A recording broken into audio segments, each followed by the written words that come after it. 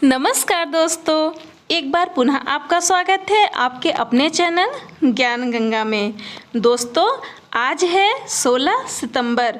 16 सितंबर को हम मनाते हैं विश्व ओजोन दिवस।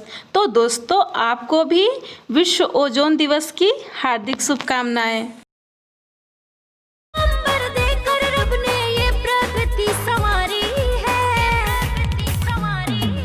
पर्यावरण की रक्षा करना अपनी जिम्मेदारी है, अपनी जिम्मेदारी है। पर्यावरण की रक्षा करना अपनी जिम्मेदारी है, अपनी जिम्मेदारी है। जी हाँ दोस्तों, पर्यावरण की रक्षा करना अपनी जिम्मेदारी है। दोस्तों, आज हम चर्चा कर रहे हैं ओजोन दिवस पर। ओजोन परत की खोज वर्ष 1913 में फ्रांस के भौतिकविदों फेबरी चार्ल्स और हेनरी बुसोन ने की थी और विश्व ओजोन दिवस को वर्ष 1995 में पहली बार मनाया गया था। इस दिन ओजोन परत के संरक्षण के लिए वर्ष 1987 में बनाए गए मॉन्ट्रियल प्रोटोकॉल पर हस्ताक्षर किया गया था और संयुक्त राष्ट्र महासभा द्वारा 19 दिसंबर 1994 को 16 सितंबर को विश्व ओजोन दिवस के रूप में मनाए जाने की घोषणा की गई थी। दोस्तों, धरती पर उन्नत जीव श्रृंखला पाए जाने में ओजोन का बहुत बड़ा और महत्वपूर्ण योगदान है। तो आइए जानते हैं ओजोन है क्या। ओजोन ऑक्सीजन का अपर रूप है जो धरती के वायुमंडल में 35 किमी की ऊंचाई पर 90 से लेकर 120 किमी मोटी ओजोन परत विद्यमान है। सरल शब्दों में आप ऐसे भी समझ सकते हैं कि जिस तरह बारिश में हम छाते की मदद से भीगने से बचते हैं, ठीक उसी प्रकार ओजोन पृथ्वी को सूर्य की हानिकारक किरणों से बचाती है।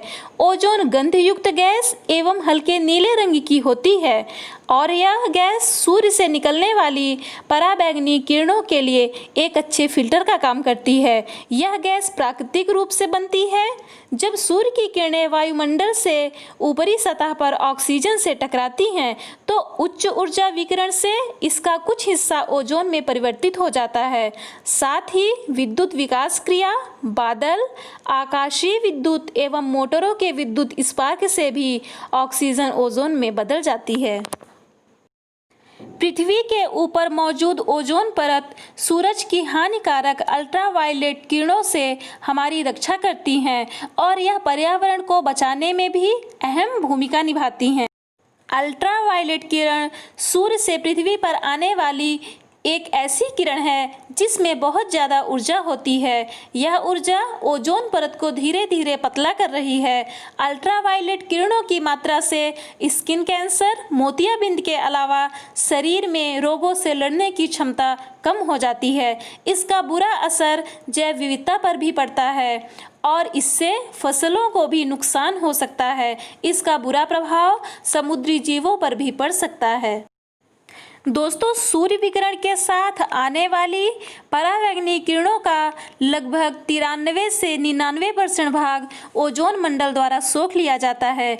इस कारण पृथ्वी पर स्थित प्राणी, वनस्पति तीव्र ताप व विकिरण से सुरक्षित बचे हुए हैं।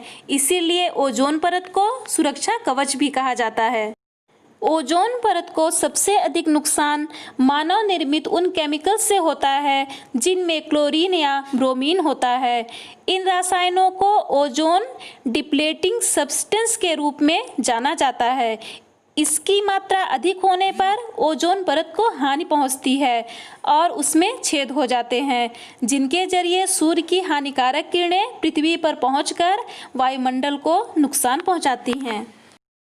दोस्तों, ओजोन लेयर के संरक्षण के लिए अंतर्राष्ट्रीय दिवस के वार्षिक उत्सव की अपनी थीम है और यह थीम साल दर साल बदलती रहती है। एक साल के थीम को दोबारा दोहराया नहीं जाता है और हर साल अधिकारियों द्वारा एक नई और अलग थीम रखी जाती है। ये कुछ प्रमुख थीम हैं जो कि विगत वर्षों में रखी जा चुकी हैं। दोस्तों, हमारे देश में विकास और आधुनिकीकरण ने हमारे लोगों के लिए पर्यावरण के खतरे को बढ़ा दिया है। इसका प्रभाव हमारे जैविक संसाधनों जैसे कि मिट्टी, भूमि, जंगलों और पानी पर पड़ता है। भारत में ओजोन परत के संरक्षण के लिए अंतर्राष्ट्रीय दिवस को मनाने के लिए निम्न सुझाव शामिल किए गए हैं। विश्व ओजोन दिवस पर अधिकतम आबादी को पेड़ों की व्यापक खेती का अभ्यास करना चाहिए।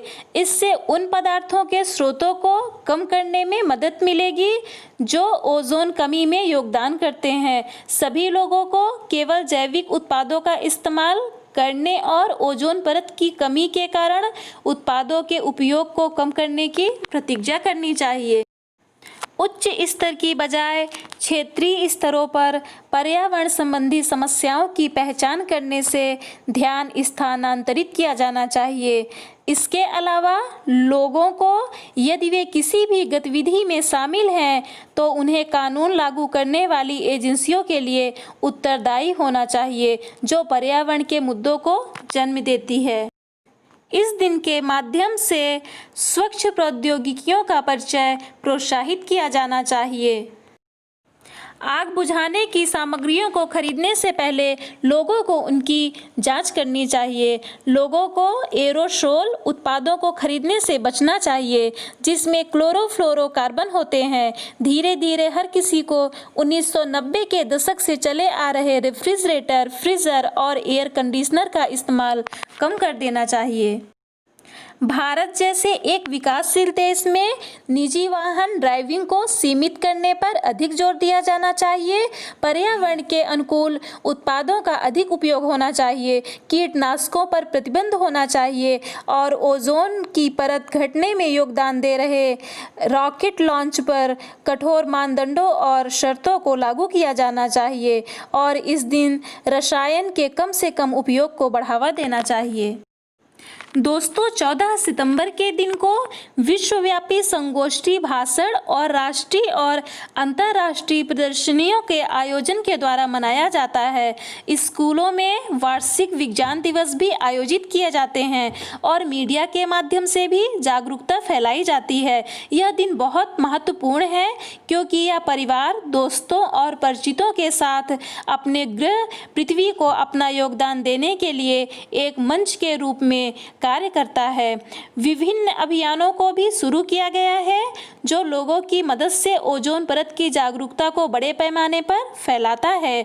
वर्ल्ड ओजोन डे हानिकारक गैसों के उत्पादन और रिहाई को सीमित करने के अंतर्राष्ट्रीय प्रयासों पर जोर देता है।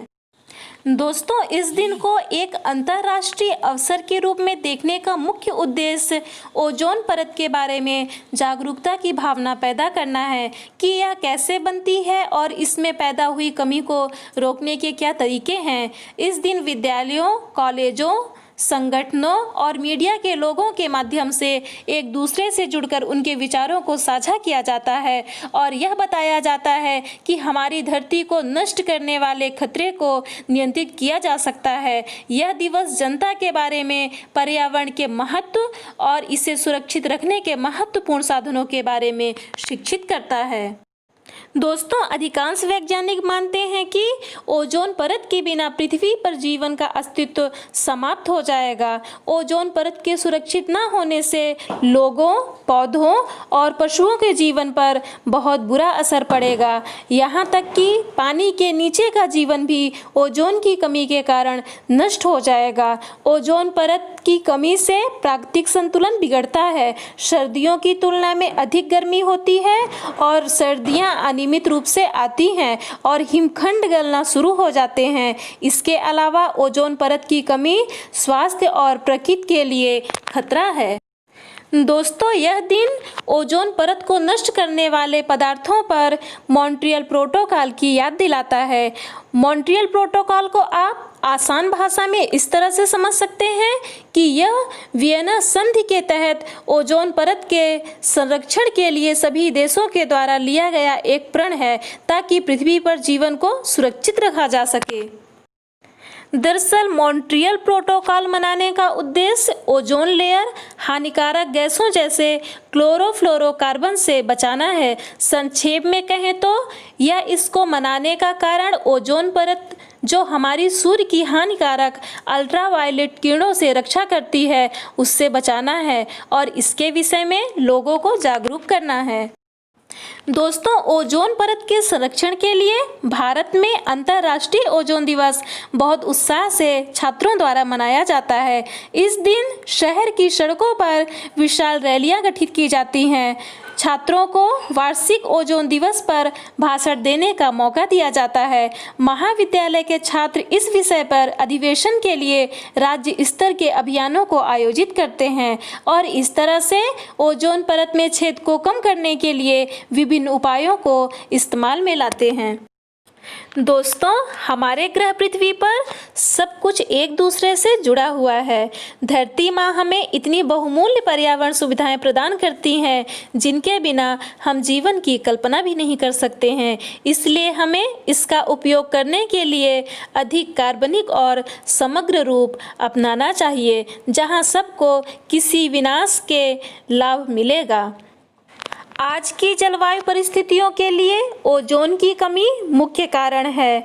यह आज एक विशाल आयाम में मौजूद नहीं है, लेकिन यदि इस पर काबू नहीं पाया गया तो यह विकासशील और विकसित देशों के लिए कुछ गंभीर विनाश का कारण हो सकता है।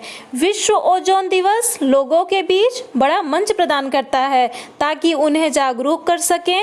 यह सही समय है और हमें ओजोन परत को बचाए रखने के लिए अपने सर्वश्रेष्ठ प्रयासों को अवश्य जारी रखना चाहिए।